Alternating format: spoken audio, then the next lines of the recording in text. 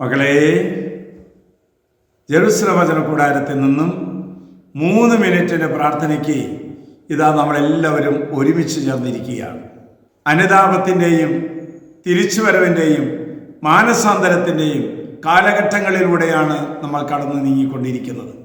യേശു ഇന്ന് നമ്മോട് പറയുകയാണ്, നീ പ്രഭാതത്തിൽ ഉണരാറുണ്ടോ?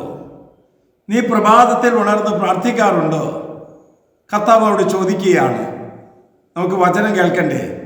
ഇതാ കർത്താവിൻ്റെ വചനം തരുന്നു. സങ്കീർത്തനം 5 വാക്യം 3. കർത്താവേ, പ്രഭാതത്തിൽ അങ്ങ് എൻ്റെ പ്രാർത്ഥന കേൾക്കണമേ. പ്രഭാത ബലി ഒരുക്കി ഞാൻ അങ്ങേക്കായി കാത്തിരിക്കുകയാണ്. പ്രഭാതത്തിൽ ഉണർന്ന് പ്രാർത്ഥിച്ചാൽ ജ്ഞാനം കിട്ടും. ദൈവത്തിൻ്റെ ജ്ഞാനം നമ്മുടെ ഹൃദയത്തിലേക്ക് കടന്നു വരുമ്പോൾ എന്ത് പ്രാർത്ഥിക്കണം, എങ്ങനെ പ്രാർത്ഥിക്കണമെന്ന് അവിടുന്ന് പഠിപ്പിച്ചു തരും.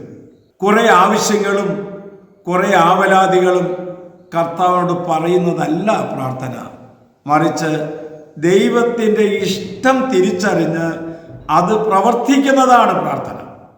അതുകൊണ്ട് പ്രിയപ്പെട്ടവരെ, ഇതെങ്ങനെ നമുക്ക് മനസ്സിലാക്കാൻ സാധിക്കുക? ഓരോ ദിവസം പ്രഭാതത്തിൽ എഴുന്നേറ്റ് കരങ്ങൾ കൂപ്പി പ്രാർത്ഥിക്കണം. കർത്താവേ, ഞാൻ ആരാണ്? അങ്ങ് ആരാണ്? എനിക്കിത് വെളിപ്പെടുത്തി തരണമേ. ഇത് നമ്മൾ മനസ്സിലാക്കുന്തോറും പ്രാർത്ഥനയുടെ ആഴങ്ങളിലേക്ക് നമുക്ക് കടന്നു ചെല്ലാൻ സാധിക്കും. ചിലപ്പോൾ കുറേ പ്രാർത്ഥിച്ചിട്ടും ഇപ്പോഴൊരു ശാന്തനായില്ലല്ലോ. കുറേ പ്രാർത്ഥിച്ചിട്ടും ഇപ്പോഴും എളിമപ്പെടാൻ പറ്റുന്നില്ലല്ലോ. കുറേ പ്രാർത്ഥിച്ചിട്ടും മാനസാന്തരപ്പെടാൻ പറ്റുന്നില്ലല്ലോ. ഒരു സന്തോഷമോ സമാധാനമോ ഇല്ലാതെയല്ലേ സഹോദര സഹോദരി നീ ജീവിക്കുന്നത്? പഠിച്ചിട്ട് മാർക്ക് കിട്ടുന്നില്ല, പ്രാർത്ഥിച്ചിട്ട് രോഗം മാറുന്നില്ല, എത്ര അധ്വാനിച്ചിട്ടും ആവശ്യത്തിനുള്ള പണം സമ്പാദിക്കാൻ പറ്റുന്നില്ല.